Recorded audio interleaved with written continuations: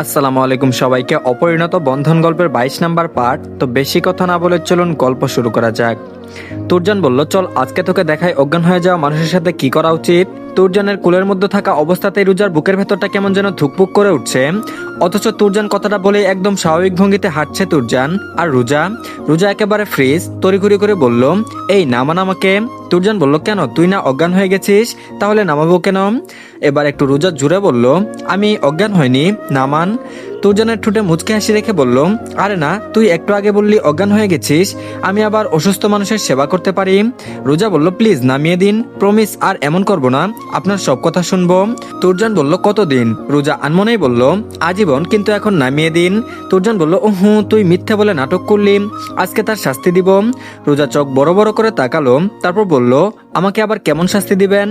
তুরজান বলল, VIP treatment চিনিস? VIP treat দিব তোকে, চল দেখাই। রুজা এবার সত্যি সত্যি বিরক্ত হয়ে গেল, তারপর বলল, আপনি একদম পাগল, বিরক্ত, অসভ্য, বিটকেল, হিটলার। তুরজান বলল, সব আমার একমাত্র বউয়ের জন্যই।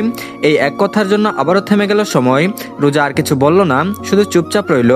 এখন তুরজানকে খোঁচানো মানে নিজের বিপদ নিজে ডেকে আনা। তুরজান সরাসরি রান্না করে ঢুকে গেল, রুজাকে কাউন্টারের উপর বসিয়ে দিল, তারপর বলল, এখন বসে থাক এখানে।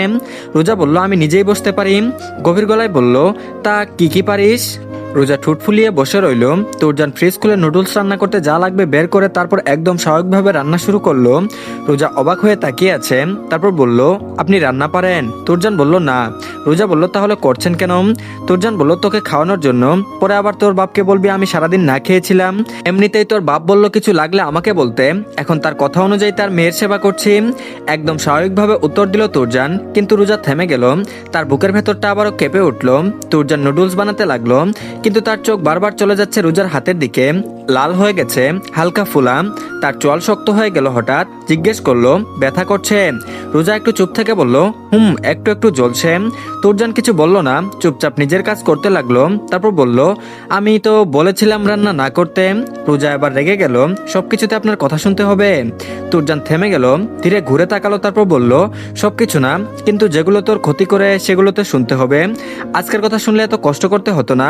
তোর কি মনে হয় আমি তোর খারাপ চাই? রোজা নিচে তাকিয়ে বলল, না। তুরজান বলল, তাহলে? রোজা আর কিছু বলল না। কিছুক্ষণ পর নুডলস রেডি। তুরজান প্লেট তুলে এনে রোজার সামনে ধরলো, রোজাকে বলল, রেডি আপনার নুডলস, মহামান্য নেওয়াজ রানী।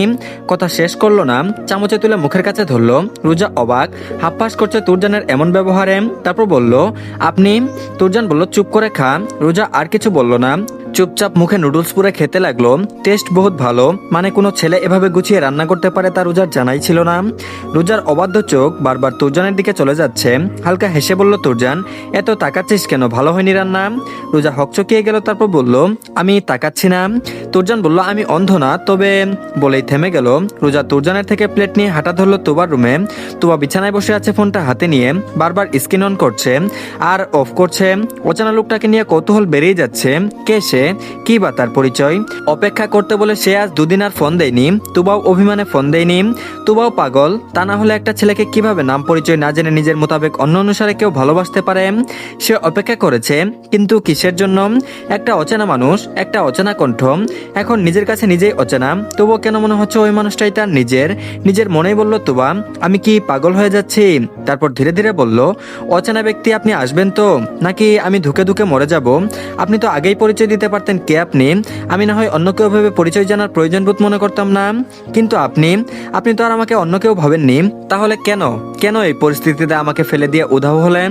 তোমাকে নুডলস খাইয়ে দিয়ে বিকেলের দিকে রোজাও তুবার সাথে ব্যালকনিতে বসে আকাশের দিকে তাকালো। আকাশ আজকে অদ্ভুত রূপে সেজে আছে, হয়তো বৃষ্টি নামতে পারে। বর্ষাকাল মানে ভেজা মাটির স্নিগ্ধ স্বেচ্ছেতে গন্ধ আর গাছগাছালির সতেজ প্রবর্তন। তোমাকে হাজার বুঝিয়েও কাজ হচ্ছে না, বরং ভেঙে পড়ছে। রোজারই বা কি করার? লোকটাকে চিনলে না হয় কথা ছিল, কিন্তু পরিচয়টাও তো জানা নেই কারোর। রোজা নীরব চোখে ঘন কালো আকাশের দিকে তাকিয়ে আছে। হঠাৎ রোজা বলল, বৃষ্টি তোর অনেক পছন্দ তাই না তুবা? তুবা বলল, বৃষ্টি আমার ভীষণ পছন্দের। এই বৃষ্টির কারণে পৃথিবী নতুন রূপে সেজে ওঠে। আবার বৃষ্টি মানুষের মনের দুঃখকেও নিজের সাথে ভাসিয়ে নিয়ে যায়। রোজা বলল, কিন্তু জানিস আমার এই বৃষ্টির আগের আকাশটা ভীষণ পছন্দের। এই নিকশ কালো আকাশ, বাতাসের তীব্রতা, গাছগাছালির হেলে দুলে ওঠা, আর অবশেষে অনেক প্রিয় বৃষ্টি হয়ে ঝরে পড়া, তাদেরকে একটুখানি ছুঁয়ে দিয়ে মনের স্বাদ মেটানো। আর কথা বলল না। তুবা ফোনে কল আসতেই যেন প্রণয়গুচ্ছ আন্দোলিত হতে লাগলো। অবশেষে অপেক্ষার অবসান। অথচ মানুষের ভাবনা অনুযায়ী সবকিছু কি হয়? হয়তো না। তেমনি ফোনের স্ক্রিনে চোখ পড়তে আবারও আধার নামলো মনে। তোমাকে একভাবে দাঁড়িয়ে থাকতে দেখে রোজা ফোনের দিকে এগিয়ে গেল। দেখলো তাজারুল নেওয়াজ ফোন করেছে। রোজা নিজেই কল রিসিভ করলো। অপাস থেকে তিনি বললেন, আজকে রাতে ঝড় হওয়ার সম্ভাবনা আছে, রাস্তাঘাটে গাড়ি চলবে না, আর গ্রামের রাস্তায় বৃষ্টির দিনে চলাচল সম্ভব নয়, তাই আজকে রাত এখানেই থাকতে হবে সবাইকে। দু বোনকে ভালো করে বুঝিয়ে বলল ভয় না পেতে, আর ভয় পেলে তুরজানের রুমে গিয়ে থাকতে। তুরজানকে তিনি বলে দিবেন, যদিও রোজা আর তোবা ঝড়ে ভয় পায় না, তবুও বড়রা যেহেতু বাড়িতে নেই তাই সাবধান করা। তারপর কিছুক্ষণ কথা বলে ফোন রাখলেন তাজারুল নেওয়াজ। কিন্তু সবাই গ্রামে থাকলেও চিন্তায় রয়ে গেল দু বোন। মুস্তফা নেওয়াজ জানে রোজা ভয় পাবে না, তবুও তো বাবার একটু চিন্তা বেশিই করেন মেয়েদের নিয়ে। তিনি ফোন বের করে কল করলেন তুরজানকে। এই প্রথমে হয়তো তিনি রোজার জন্য তুরজানকে কল করলেন। তিনি তুরজানকে হিসাব বুঝিয়ে দিলেন, আজকে তুরজানের ঘুম নেই, আজকে বইয়ের পিছনে জেগে সময় দিতে হবে। এমনিতেই তুরজান ঘুমাতো না, এখন তো একটা সুযোগ পেয়ে গেছে। এমনি এমনি তো আর বাড়িতে রাখেনি বউকে। 10 বছরে যে দেখার তৃষ্ণা ছিল সব চুকিয়ে নেবে। কল কেটে তুবাকে আর রোজাকে কল দিয়ে বই খাতা নিয়ে তুরজানের রুমে হাজির হতে বলল। তুবা যদিও এই অবস্থায় ভাইয়ের সামনে যাওয়ার ইচ্ছে নেই, আর রোজাও এখন পড়তে চায় না, তবে দুজনেই না গেলে কেমন হয়। তুবা বিছানায় শুয়ে বলল, প্লিজ রোজা, আজকের মতো বাঁচিয়ে দে, ভাইয়া এই অবস্থা দেখলে আমাকে হাজার প্রশ্ন করবে। রোজা বলল, তোর দরজাল ভাই আমাকে এক পেলে হাজার গুছিয়ে দেবে, পারবো না আমি যেতে, তার থেকে চল দুজনেই ঘুমাই। রোজা বলেই বিছানায় যেতে গেলে তুরজানকে দেখে থেমে গেল। তুরজান আবার তাদের কথা শুনে ফেলেনি তো। তুরজান দরজায় হেলান দিয়ে দাঁড়িয়ে বলল, স্টুপিডের দল, তোদের দুজনকে ঠিক কতক্ষণ আগে রুমে যেতে বলেছি? রোজা মাথা তুলে তাকালো, দেখলো তুবা এমন ভাবে কাঁথা মুড়িয়ে দিয়েছে যেন গভীর ঘুমে আক্রান্ত সে। একটু নড়চড় নেই। রোজার বলতে ইচ্ছে করছে, বাহ তু বাবা, আমাকে ফাঁসিয়ে দিয়ে নিজে ঘুমের অভিনয় করছিস, যখন তোর ভাই এলো আমাকেও সংকেত দিতে পারতিম। ভাবনার মাঝে তুরজান ডাক দিল, এই যে ম্যাডাম এদিকে। রোজা বলল, কি? তুরজান বলল, কতক্ষণ আগে ডেকেছি, নাকি কথা কানে যায়নি কোনটা? রোজা বলল, আমার ঘুম পাচ্ছে, দেখুন কি ভালো ওয়েদার, জানেন এই ওয়েদারকে স্লিপিং ওয়েদার বলা হয়। আর তুরজান বলল, কোন বিজ্ঞানী বলেছে?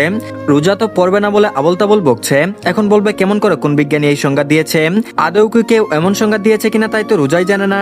রোজা একটু গলা খাকারি দিল, মুখে জোর করে আত্মবিশ্বাস আনার চেষ্টা করলো, তারপর বলল, এই মানে আমি নিজেই বলেছি। তুরজান ভ্রু তুলে তাকালো, তারপর বলল, ও নতুন বিজ্ঞানী পাওয়া গেছে আমাদের বাড়িতে, তার নাম কি আপনার ম্যাডাম? রোজা থমকে গিয়ে বলল, রোজা স্মিতা মেহরুজ অ্যান্ড রোজা নেওয়াজ। কথাটা বলে নিজেই থেমে গেল। তুরজানের চোখ এক মুহূর্তের জন্য অন্যরকম ঝিলিক খেললো, ঠোঁটের কোণে চাপা হাসি। নেওয়াজ, ভালো লাগছে শুনতে। রোজা অপ্রস্তুত হয়ে গেল, তারপর বলল, মানে আমি ওইভাবে বলিনি।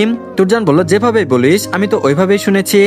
দুজনের মাঝখানে কয়েক সেকেন্ডের নীরবতার অবস্থান, বাইরে হালকা বাতাসের শব্দ, দূরে মেঘের গর্জন। হঠাৎ তুরজান সোজা হয়ে দাঁড়িয়ে বলল, চল বই নিয়ে আমার রুমে। রোজা বলল, কিন্তু আমি। তুরজান বলল, আরেকটা কথাও না, 5 মিনিটের মধ্যে না এলে নিজে এসে নিয়ে যাব। বলেই সে রুমে চলে গেল। রোজা দাঁড়িয়ে রইল, মুখ বাঁকিয়ে বিড়বিড় করে বলল, হিটলার কোথাকার। তবুও শেষমেশ বই খাতা নিয়ে তুরজানের রুমে একাই যেতে হলো। তুবা ঘুমের অভিনয় করতে করতে সত্যিই ঘুমিয়ে গেছে, হয়তো ক্লান্ত শরীর তাই। তুরজানের রুমে ঢুকতেই ঠান্ডা হাওয়া লাগলো, এসি চলছে, এই বর্ষণের ওয়েদারেও এসি ছেড়ে রেখেছে। তুরজান বিছানার পাশে টেবিলে বসে আছে, তারপর বলল, আসেন ম্যাডাম, আজকে পড়াতে হবে। কি আর করার, এই অনিচ্ছা সত্ত্বেও পড়তে বসলো। তুরজান প্রত্যেকটা টপিক ভালো করে বুঝিয়ে আবার রোজাকে বলল তুরজানকে বুঝিয়ে দিতে। রোজা পড়ার ফাঁকে ফাঁকে মনে মনে তুরজানকে বকা দিতে থাকলো। এভাবেই সন্ধ্যা গড়িয়ে ঘড়ির কাঁটা 9টার ঘরে পৌঁছালো। রোজা উসখুস করছে, এখন পড়তে ইচ্ছে করছে না। বাইরে তুমুল বর্ষণ, যদিও এই ওয়েদারে বৃষ্টি ভেজার এক অদ্ভুত অনুভূতি জেগে ওঠে। রোজা তুরজানের দিকে তাকালো, বেডের সাথে আদর্শ হয়ে ফোন স্ক্রল করছে। রোজার ঘাড়ে পড়া গুছিয়ে দিয়ে নিজে দিব্যি ফোন ঘাটছে। রোজা মিনমিন করে বলল, তুরজান ভাই। ফোনে দৃষ্টি রেখেই বলল তুরজান, রোজা বলল, এই ওয়েদারে পড়তে ইচ্ছে করছে না। তুরজান বলল, এই ওয়েদারে মানুষ সবচেয়ে ভালো ফোকাস করতে পারে, ফাঁকিবাজি কম করে পড়, আমি কিন্তু সব পড়া চাই। রোজা বলল, আপনি না একদম রোবট, এই ওয়েদারে নিজে ফোন দেখছেন অথচ আমাকে বইয়ের পাতায় মুখ ডুবাতে বলছেন। তুরজান বলল, তুই একদম ডিস্টারবেন্স, পড়া বাদ দিয়ে আমাকে দেখছিস। রোজা মুখ ফুলিয়ে বসে গেল। কিছুক্ষণ পড়া চললো, কিন্তু রোজার মন একদমই বসছে না। বাইরে মেঘ গর্জন করছে, বাতাসের শব্দ বাড়ছে।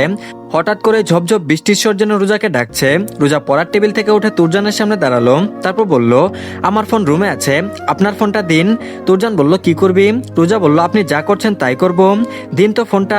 বলেই তুরজানের হাত থেকে ফোন নিতে গেল, ফোনটা ধরেও ফেলেছিল, কিন্তু তুরজান ফোনটা অন্য পাশে ধরতেই হুড়মুড় করে সোজা হয়ে পড়লো বেডের উপর। পরে চোখ মুখ খিচে ধরলো, সিলিং এর দিকে মুখ ফিরে উঠতে গেলে তুরজান রোজার মুখের ওপর নিজের মুখ নিয়ে গেল। রোজার মুখে তুরজানের নিঃশ্বাস আশ্রে পড়ছে, যদিও দুজন দুদিকে। রোজা উঠতে গেলেই মহাবিপদ। তুরজানের ঠোঁটে নিজের কপাল ঠেকবে। রোজা দুহাতে মুখ ঢেকে নিতেই তুরজান ঘুর লাগা দৃষ্টি ফেলে রোজার দুহাত নিজের এক হাতের মুঠোয় নিয়ে নিল। হঠাৎ তুরজানের এমন আচরণে রোজা যেন আকাশ থেকে পড়লো। কাপা কাপা গলায় বলল, তুরজান ভাই, আমার ভয় করছে, প্লিজ ছেড়ে দিন। তুরজান বলল, ধরেছি আমি যে ছাড়ার কথা বলছিস। রোজা আর কিছু বলতে পারলো না, তবে অবাক হলো তুরজানের কথায়। সে নিজের হাতে রোজার হাত ধরে রেখেছে, বলছে আমি ধরেছি নাকি। তুরজান আরেকটু মুখ এগিয়ে এনে বলল, ফারদার ভুলো আমার ফোন এভাবে ধরার সাহস করবি না, আর বিশেষ করে যখন আমার হাতে ফোন থাকবে। রোজা কি বলবে, এই লোকের হাতে ফোন থাকাকালীন ফোন ধরা যাবে না মানে কি? ফট করে বলল, আপনি কি 18+ কিছু দেখেন যে আপনার হাত থেকে ফোন নেওয়া যাবে না? তুরজান বলল, স্টুপিড, মাথার মধ্যে বাজে চিন্তা ছাড়া কিচ্ছু নেই, সারাক্ষণ এইসব ফালতু জিনিস ভাবিস আর অন্য কেউ তাই মনে করিস। বলে রোজার হাত ছেড়ে উঠে বসলো।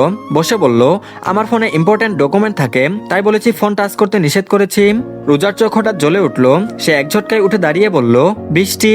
তুরজান মাথা তুলে তাকালো, তারপর বলল, কোথায় যাচ্ছিস? রোজা বলল, ছাদে। তুরজান বলল, রোজা। কথা শেষ হওয়ার আগে রোজা দৌড়। ছাদে ওঠে রোজা থমকে গেল।